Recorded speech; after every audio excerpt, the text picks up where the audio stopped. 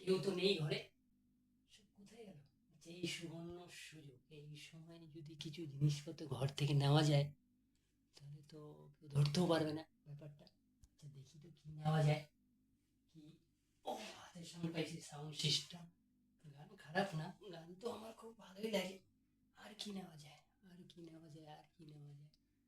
কোথায় কি আছে যে কে জানে কোথায়? শোকেস, শোকেস কি নেওয়া যায়? আচ্ছা, এইটা তো খুব এটা তো নেবো কোথায়? এত বড় জিনিস তো ঢোকানো যাবে না, অসুবিধা, ধরা পড়ার লক্ষণ হতে পারে। ছোট্টখাটো জিনিস কি আছে?